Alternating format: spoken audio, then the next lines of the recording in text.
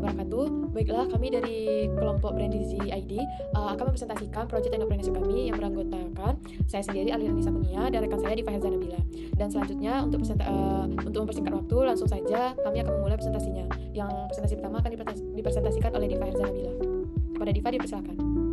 Baiklah, di sini saya akan melanjutkan yang dibilang oleh rekan saya barusan. Di sini saya akan mempresentasikan apa itu Brand Dizzy ID, dimulai dari latar belakangnya. Nah, Brand Dizzy ID ini hadir sebagai platform digital yang menyediakan layanan konsultasi, personal branding, dan jasa kreatif untuk membantu klien dalam mewujudkan citra serta konsisten, menarik, dan berpengaruh terhadap dirinya ataupun bisnisnya. Lalu, harapan dari Brand Dizzy ID ini sendiri, dengan adanya IT Business Plan yang berjudulkan Brand Dizzy ID ini, dia itu mampu memberikan pertahanan di tengah kompetisi, tetapi dia juga dapat mengembangkan dan menjadikan platform branding digital yang dipercaya serta bisa berdampak positif untuk di berbagai kalangan. Nah, mungkin di sini kalangan yang kami tuju itu rekan-rekan mahasiswa atau anak-anak muda yang ingin membangun bisnis atau membangun brandingnya. Tetapi boleh juga untuk kalangan usia menengah ke atas, maksudnya yang sudah memiliki kepala 3 ke atas, seperti melewati masa remajanya atau sedang membutuhkan jasa untuk membuat branding dalam bisnisnya. Nah, ini nih kami mulai dari usaha bisnis yang kecil. Jadi, Brand Dizzy ID ini mudah dijangkau oleh usaha bisnis yang kecil, tidak harus memiliki syarat atau ketentuan yang begitu rumit, serta membantu untuk meningkatkan kreativitas masyarakat Indonesia. Baiklah, di sini ada tujuan dan manfaat dari Brand Dizzy ID itu sendiri. Tujuannya itu yaitu untuk merumuskan strategi pengembangan platform, mendesain struktur operasional dan efisiensi yang berkala, lalu mengidentifikasi target pasar serta peluang pertumbuhan bisnisnya. Nah, untuk manfaatnya itu sendiri yaitu membantu mengidentifikasi peluang bisnis serta target pasarnya, lalu menjadi acuan untuk strategi dalam pengembangan fitur teknologi dan layanan platform, dan juga membantu dalam menentukan arah pertumbuhan bisnis jangka pendek ataupun jangka panjang. Nah, di sini ada perencanaan bisnis, yaitu ada target pasar serta analisis kompetisi. Nah, target pasarnya itu sendiri yaitu bisnis pemula yang mana membutuhkan layanan personal branding digital untuk bisnisnya. Lalu ada freelance, content creator, profesional muda, UMKM, serta startup digital. Nah, untuk analisis kompetisinya itu sendiri, Brand Dizzy ini bersaing atau memiliki kemiripan dengan beberapa platform lainnya, yaitu agensi CCI, Go Social, media digital, serta digital market.co.id. Nah, baiklah, di sini kita masuk ke analisis tahapan keuangannya. Kita mulai dari pembahasan estimasi biayanya. Nah, estimasi biayanya itu sendiri bisa dilihat dari gambar yang tertera di sini.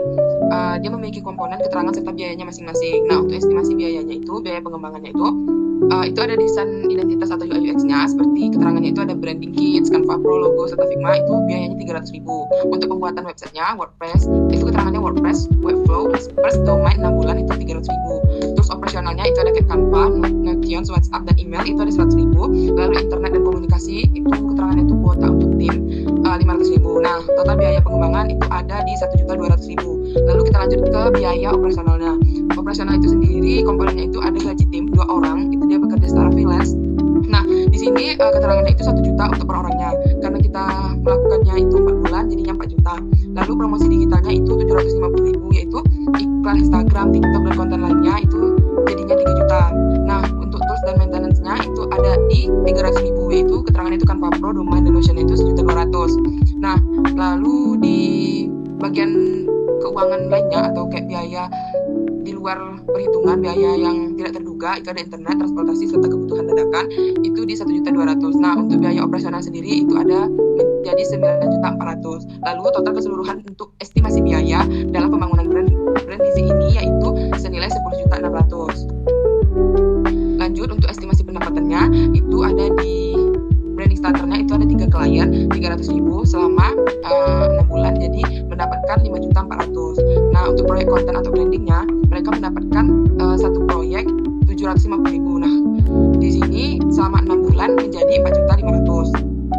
Untuk coach personalnya itu ada 2 sesi selama per bulannya, dan jadinya setiap 6 bulan itu menjadi 3 juta. Nah, total pendapatan untuk per bulannya itu sebesar 2.150.000. Untuk pendapatan per 6 bulannya itu 12.900.000.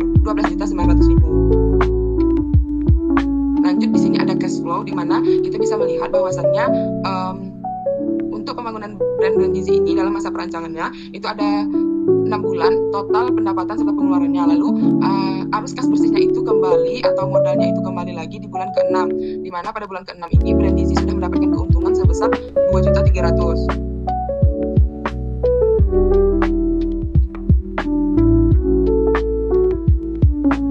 Selanjutnya akan disampaikan oleh rekan saya yaitu Arlina Nisa.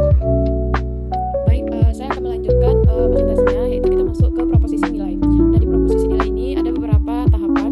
Yang pertama, pemahaman pelanggan customer tersebut seperti segmentasi pasarnya. Jadi Brandizi ID ini itu menargetkan freelance dan content creator baru serta profesional muda dan individu yang bisa membangun persona branding di media sosial ini. Terus ada UMKM dan startup lainnya. Nah, untuk riset pelanggannya itu Brandizi ID ini sendiri dia banyak individu dan bisnis pemulanya kesulitan dalam membangun citra digital yang kuat dan konsistenannya. Terus untuk identitas, masalah dan kebutuhannya, kalau masalahnya itu adalah kurangnya pemahaman tentang strategi branding digital yang tidak adanya identitas visual dan konten yang konsisten. Nah, untuk kebutuhan pelanggannya, solusi Brandizi yang terjangkau dan fleksibel yang bisa melakukan pendampingan dan konsultasi personalnya, terus fitur digital yang modern dan mudah untuk diproses brandingnya. Lanjut. Untuk manfaat utamanya, yaitu Brandizi ID ini bisa membantu pelanggan dalam membangun persona branding yang kuat, terus konsisten dan berdampak di media sosial. Nah, untuk diferensiasinya, fokusnya itu pada persona branding dan bisnis kecilan, terutama seperti startup yang baru mulai dan UMKM. Lanjut.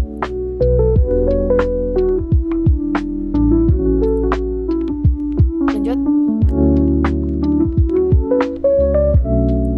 Nah, untuk buat pernyataan proposisi nilai ini, untuk diutamakan untuk freelance, content creator, bisnis pemula yang ingin membangun citra digital, serta di sini juga Brandizi ini menawarkan layanan personal branding dan content creator yang berbasis analis yang profesional.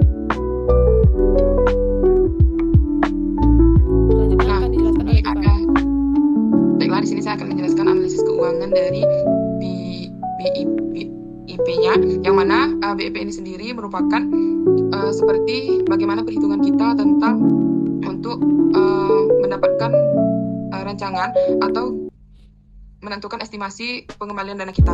Di sini BIP ini sendiri disusun dengan yang pertama melihat dari segi total biaya dari tabel biaya, yang mana tabel tersebut disebutkan bahwa biaya pengembangannya itu ada di 1.200.000 dan biaya operasional selama 4 bulannya itu ada di 9.400.000, sehingga untuk total keseluruhan biaya itu menjadi 10.600.000. Nah, total pendapatannya itu selama 6 bulan dari tabel pendapatan kita bisa melihat dari tabel pendapatan sebelumnya kita bisa melihat bahwasannya selama 6 bulan itu kita sudah mendapatkan 12.900.000. Nah, untuk menghitung BIP-nya sendiri kita perlu yang namanya total biaya keseluruhan serta total pendapatan per bulannya untuk menentukan berapa bulannya kita bisa mendapatkan uang kita kembali.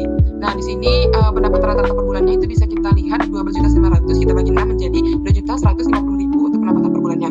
Lalu di perhitungan BIP-nya sendiri itu total seluruh biaya dibagi total pendapatan per bulan rata-rata per bulannya menjadi 4,93. Nah, di sini kita bisa menyimpulkan bahwasannya BIP itu sendiri melihatkan bahwasannya estimasi biaya awal atau biaya pada proses pembangunan Brandizi ini itu bisa kembali lagi pada minimal pada bulan kelima sudah kembali atau sudah balik modal.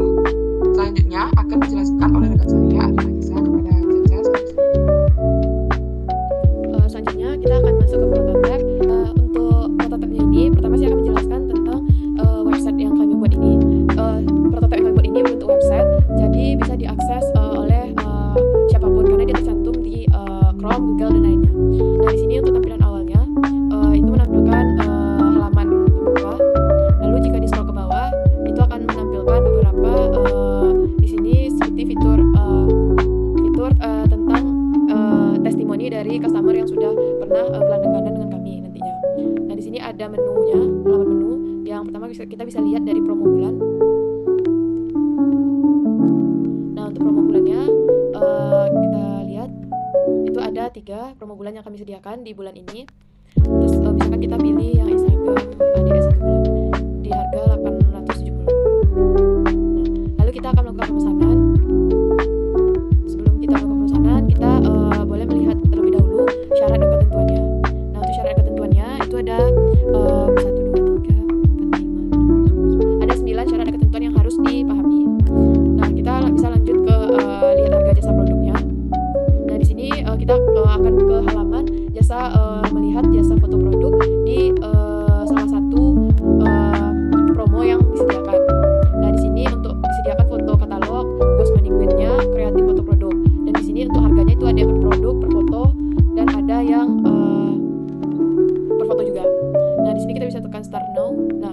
dia akan menampilkan halaman pemesanan. Di sini kita mengisi nama, nomor HP, alamat, terus kita wajib memilih paketnya. Itu seperti video promosi, contohnya TikTok Platinum atau paket TikTok 4, dan itu harus dipilih lebih dari satu. Terus setelah dipilih, nanti kita akan lanjut ke next. Nah, setelahnya kita juga harus memilih, boleh memilih atau tidak untuk pilih paket target promonya. Setelah dipilih, kita akan masuk ke target pasar kita tuh, akan kita deskripsikan siapa saja atau mungkin dari kalangan mana yang bisa menjadi target pasar customer ini tersebut. Terus jika sudah, di sini saya mencantumkan wanita usia 5 tahun sampai 40 di area Pekanbaru misalnya. Jika sudah, bisa lanjut ke send. Nah, di sini mencantumkan pemesanan sedang diproses. Lalu jika kita mengklik thank you for your message, maka akan kembali ke halaman awalnya. Nah, di sini juga ada fitur service. Nah, ini untuk jasa-jasa yang disediakan. Mungkin selanjutnya akan dijelaskan oleh rekan saya. Mungkin ke halaman portofolio.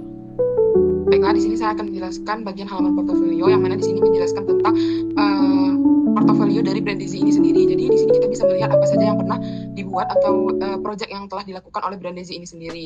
Yang mana nanti pada gambar tersebut kita bisa men-slide, dan setiap slide-nya itu akan menampilkan deskripsi-deskripsinya masing-masing. Lanjut kita ke halaman kontak. Nah, pada halaman kontak ini sendiri, jika ingin menghubungi admin dari Brandizi itu sendiri, kita bisa mengakses menu kontak. Di sini kita bisa mengisikan nama, email, lalu subjek email yang akan kita kirim atau kita berikan, lalu di situ ada message. Di situ kita bisa menuliskan apa tujuan dari menghubungi admin Brandizi itu sendiri. Nah, di sini kami juga memiliki halaman blog, yang mana mungkin ada beberapa customer atau beberapa users yang baru mengetahui dari Brandizi ini sendiri. Di sini kami memiliki blog yang mana mungkin bisa menjadi referensi dari user website Brandizi ini sendiri, atau yang tertarik oleh Brandizi ini tapi tidak atau kurang mengetahui apa itu Brandizi. Di sini kami menyediakan atau memaparkan apa saja yang dapat dilakukan oleh tim Brandizi. Nah, mungkin sekian dari presentasi kami. Lebih dan kurangnya kami mohon maaf. Wassalamualaikum warahmatullahi wabarakatuh.